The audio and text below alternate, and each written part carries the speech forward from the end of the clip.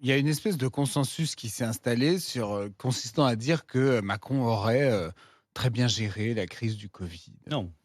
Il faut se souvenir que le premier confinement, bon, tout le monde était un peu stupéfait, mais on n'était pas obligé, à cause de cette stupéfaction, de basculer dans la bêtise généralisée. Et c'est quand même ce qui s'est passé.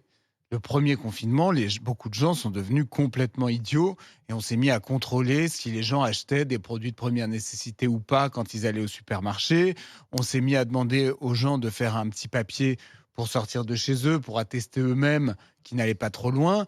Et on a eu en effet cette situation dans les EHPAD qui en réalité a été abominable. Et quand Delfrécy nous dit qu'il a soi-disant fait passer la santé avant l'humanité, c'est faux. L'humanité, c'est la santé. Permettre à quelqu'un qui est complètement isolé de recevoir de la visite, c'est garantir sa santé.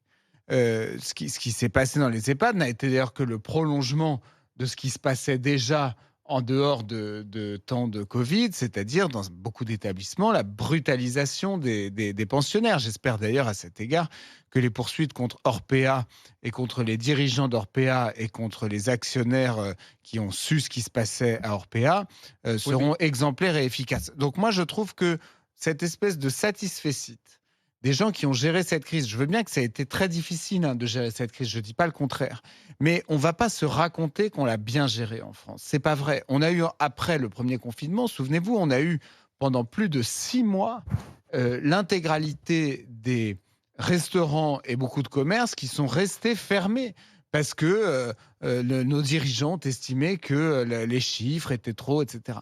Qu'est-ce qui a été investi dans l'hôpital depuis?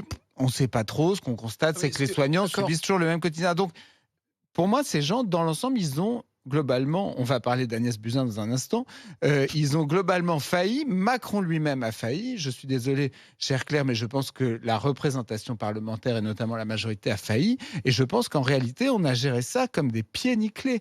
Et on se retrouve à la fin avec des finances publiques exsangues à cause du quoi qu'il en coûte et une situation qui a été extrêmement pénible pour les Français pendant très longtemps, pendant plus de 2 ans.